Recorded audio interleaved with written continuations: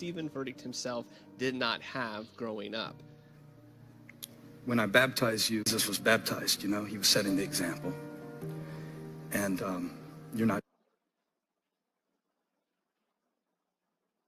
And son is listening to daddy intently, and we get through that little giggle. You're not Jesus, and I'm not John the Baptist, and you're not even close to Jesus, and everybody laughs.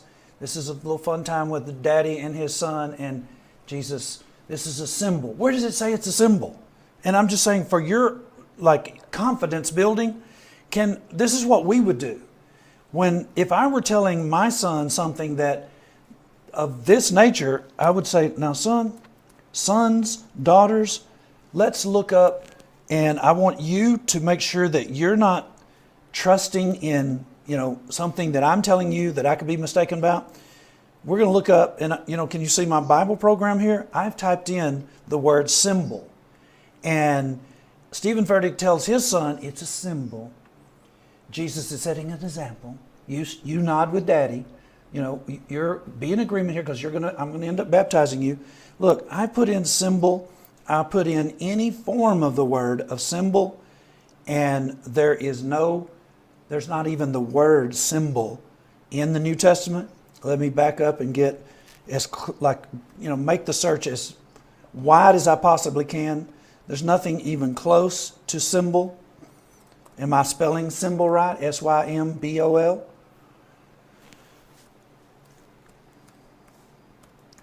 How about symbolic? No.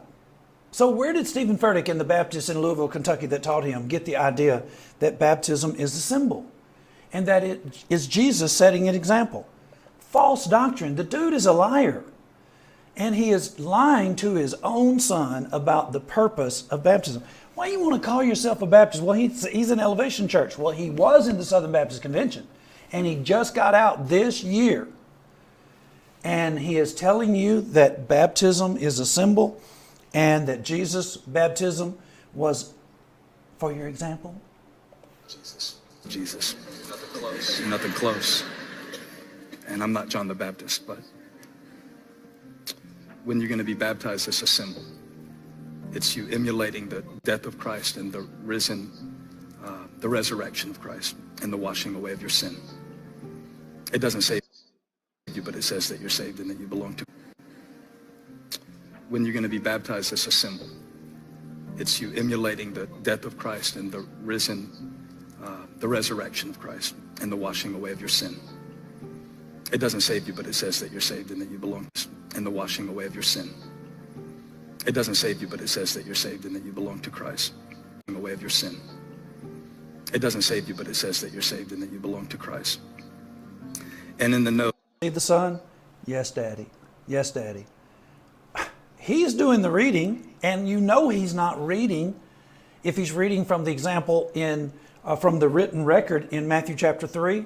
If he's reading there, he is not reading what he is telling his son, but the son is saying, yes, Daddy, I take your word for it. Preacher with sneakers.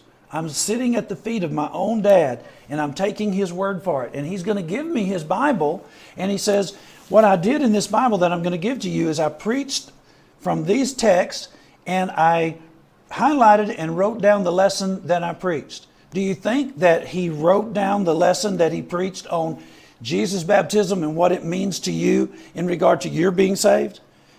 I don't think so, because none of that stuff, if he did, he's not looking at it, because none of the stuff that he said is in there. So what are we going to do? Let's listen to a little bit more of it. And I highlighted this for you, and I put it all in the letter, but just in case it helps somebody else. When Jesus was baptized, a voice from heaven said, "This is my son whom I love.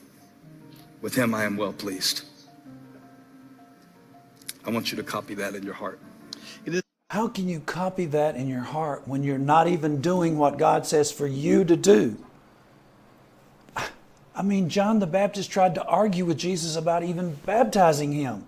There's got to be something that's mixed up in this account. And you're basically saying that God is going to say to you that you're my son in whom I'm well pleased, when you're not even going to do what Jesus the Son said. I'm going to jump ahead right quick.